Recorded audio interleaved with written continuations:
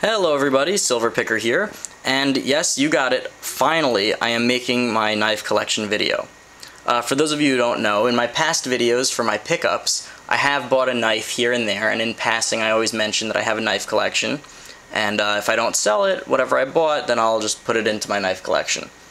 So, many of you showed interest in seeing me show off my collection, so it is a relatively big collection, so I'm not going to be able to fit it all into one video, especially because I am trying to keep some of my videos shorter.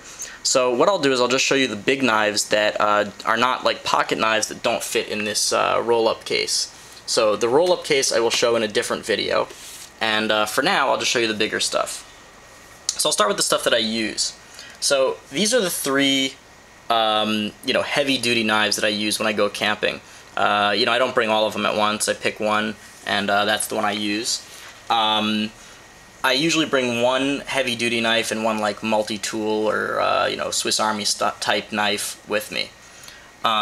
So when I bring a heavy-duty knife, the first one that I had was this Glock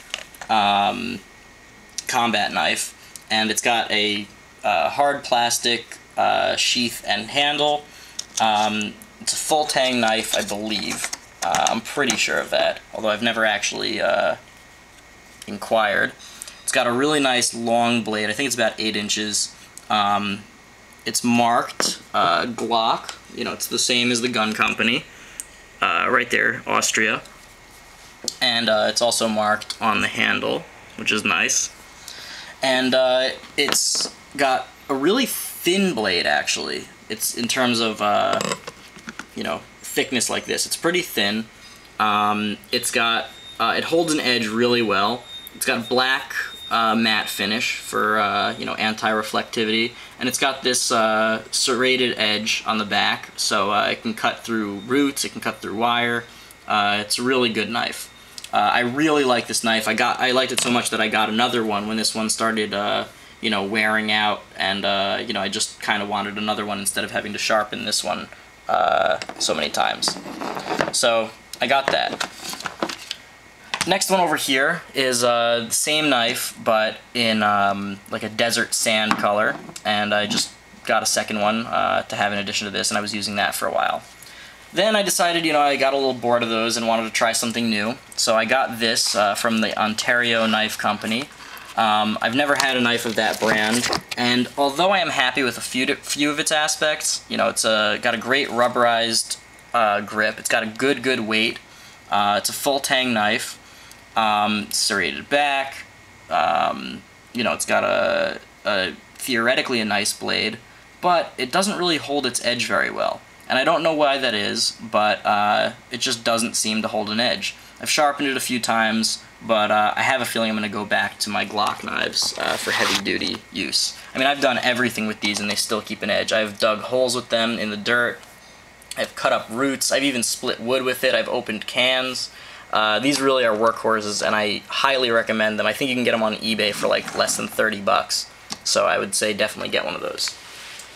Over here I've got some antique knives. This big one over here is a slaughtering knife from Egypt. My dad got it there in the 70s and has since given it to me. It's a really cool knife. It's very big and heavy. You can definitely tell it's from that part of the world based on the design. You can only imagine who was using this, and you know what it was used for. But it's a very cool knife. Over here is a Gurkha Kukri knife that I bought in an antique store in Montreal on a trip there. And it's a very cool knife. My mom actually got it for me as a gift when I was younger, when we were in this antique store. And over here, it's got a similar design actually to the Egyptian knife. They both use little tacks in the wood, or in this case in the bone, to make the design. On the back it's got like a little lion's head or something. And the really cool thing about this knife is that in the sheath it has two little knives. Now I don't know what these are for. Are they ceremonial or are they for utility? If anybody knows, please comment and tell me.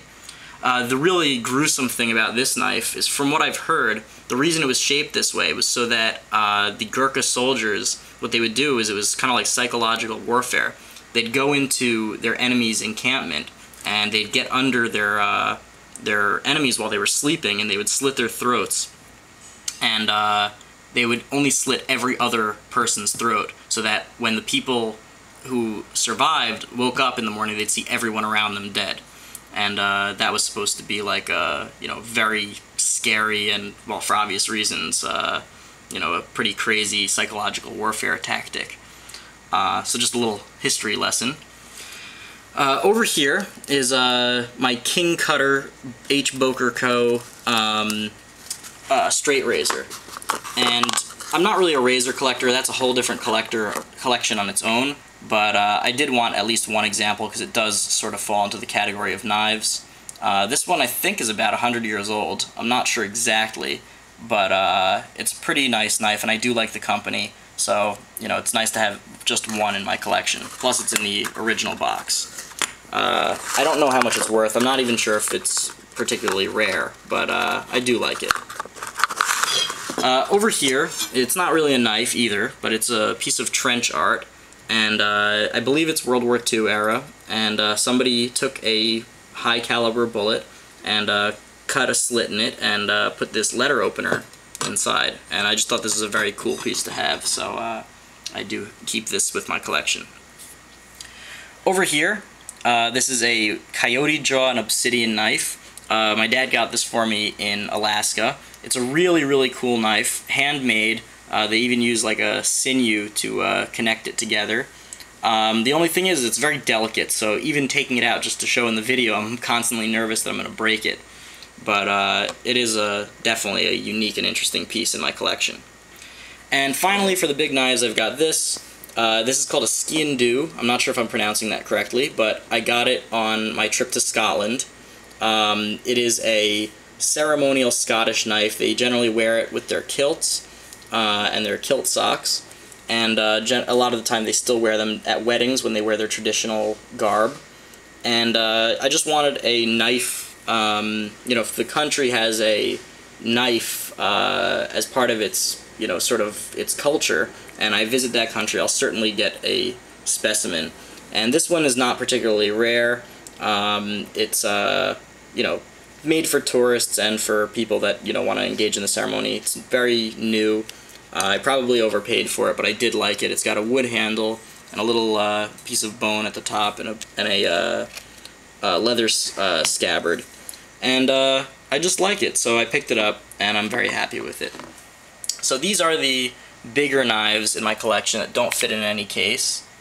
And over here, for next time, I will show you my pocket knife collection. Anyway, this has been Silverpicker. I hope you enjoy it. Thanks a lot.